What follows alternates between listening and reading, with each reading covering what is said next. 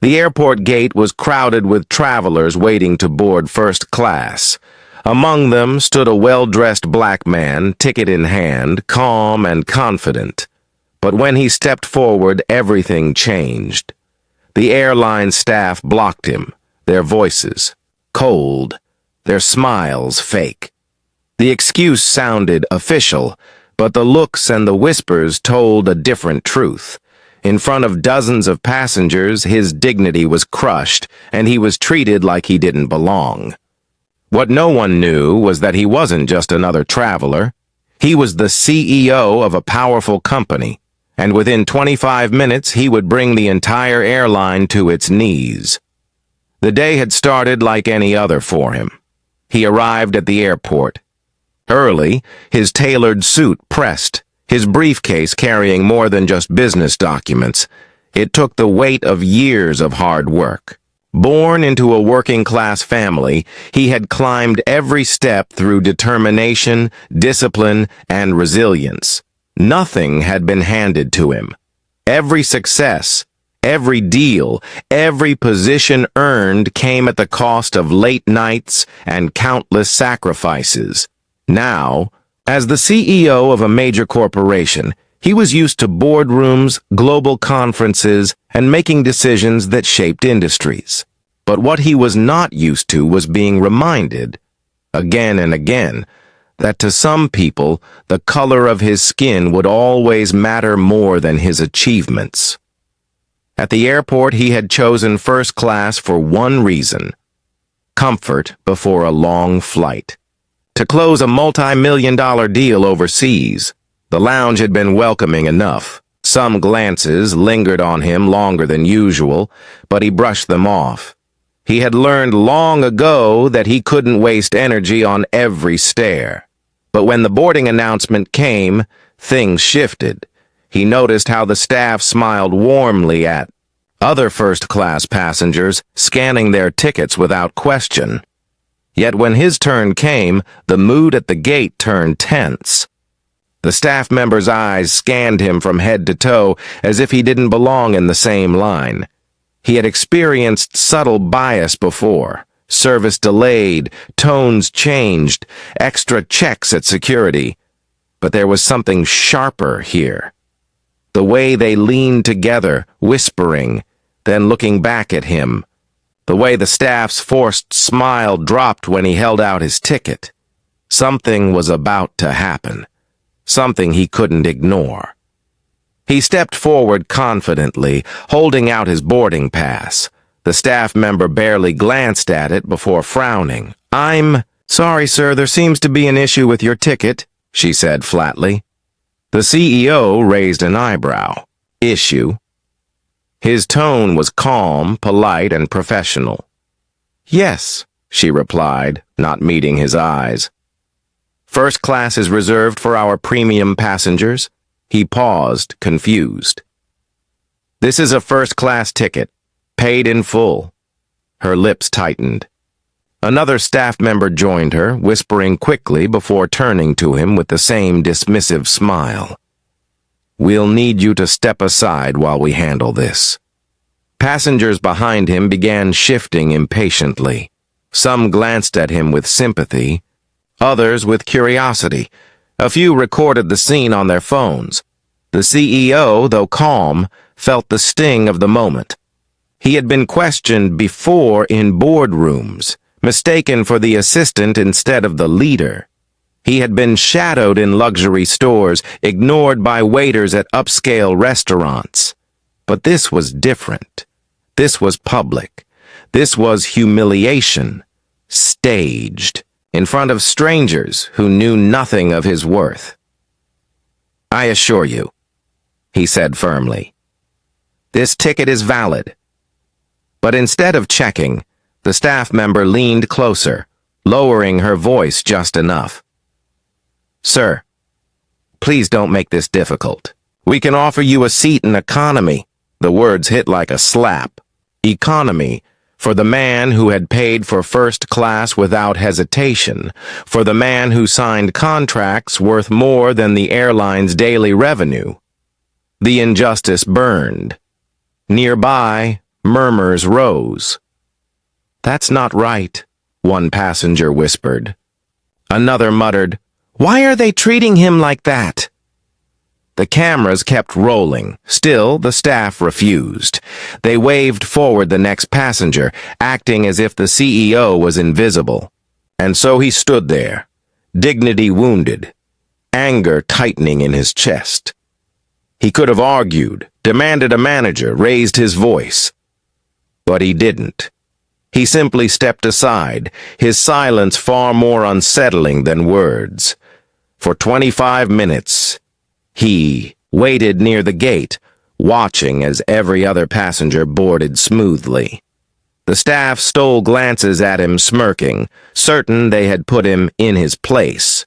What they didn't know was that every minute that passed brought them closer to a decision they would regret. Because this man wasn't powerless. He wasn't voiceless. He wasn't just a passenger. He was a CEO with influence, connections, and the authority to make one phone call that could change everything. And as he stood quietly, phone in hand, the world was already beginning to notice. Social media posts spread, the videos gaining traction. By the time the plane doors were about to close, a storm was brewing, one that the airline had no idea was about to hit. The gate was closing. Passengers were seated. The staff gave each other smug glances, certain the man they humiliated would soon be gone.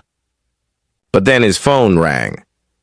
The CEO answered calmly, his voice steady as he spoke a few quiet words. He wasn't begging for help. He was giving instructions. Within minutes, the tone around the gate shifted. The staff phones buzzed. Their smiles vanished. Suddenly, managers in suits rushed over, their expressions tight with panic. Whispers spread among the crew. This wasn't just a passenger. This was someone important. The CEO slid his phone back into his pocket and simply waited. He didn't raise his voice, didn't gloat. He just stood tall, letting the silence speak louder than any protest could. The manager approached, bowing his head slightly.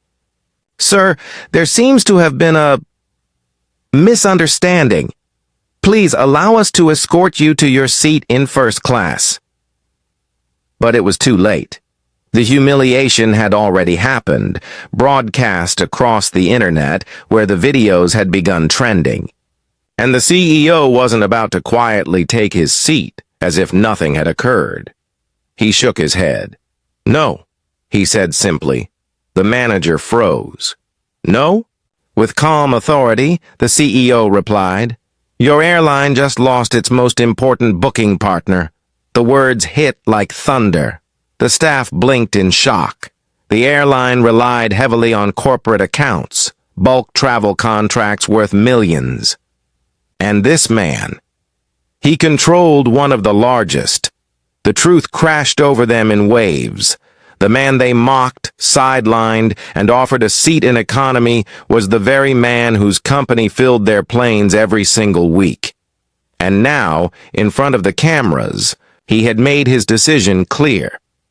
He turned, walking away from the gate, leaving behind the stunned staff, the buzzing phones, and the whispers of passengers who had witnessed everything.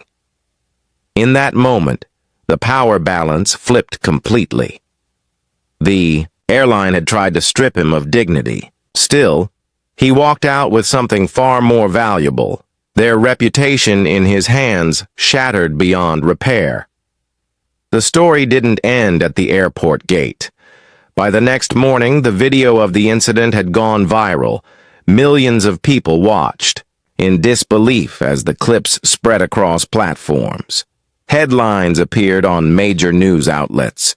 Black CEO denied first-class seat. Airline faces backlash after racist treatment. The airline scrambled to respond. Press releases were issued, apologies drafted, but it was too late. The world had already judged. Stocks dipped, hashtags trended, and customers vowed never to fly with them again. What was meant to be a simple act of gatekeeping turned into a public scandal costing millions in reputation and revenue. As for the CEO, he didn't need revenge. He didn't need to shout or demand. His silence, his refusal to board, and his quiet decision to cut ties spoke louder than anything else. His company terminated its multi-million-dollar contract with the airline, redirecting all travel bookings elsewhere. The message was clear. Respect is not optional. Yet beyond business and contracts, something deeper happened. For countless viewers who watched, especially young black men and women, his story became more than a headline. It became a reminder that dignity cannot be taken away by arrogance. That true power is not in titles or money. It's in how you choose to respond when the world tries to diminish you.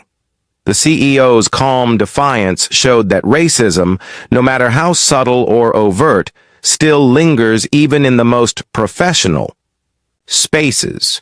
But it also showed that those who are targeted are not powerless. Sometimes justice is found not by fighting loudly, but by standing tall and letting the truth expose itself. As the video continued to circulate, conversations spread about privilege, about prejudice, about the silent battles people of color face daily. And in those conversations, change began to take root. Because one man's stand at an airport reminded the world of a truth too often ignored. Respect should never be negotiable. So now, I ask you, if you had been at that gate, watching it unfold, would you have stayed silent, or would you have spoken up?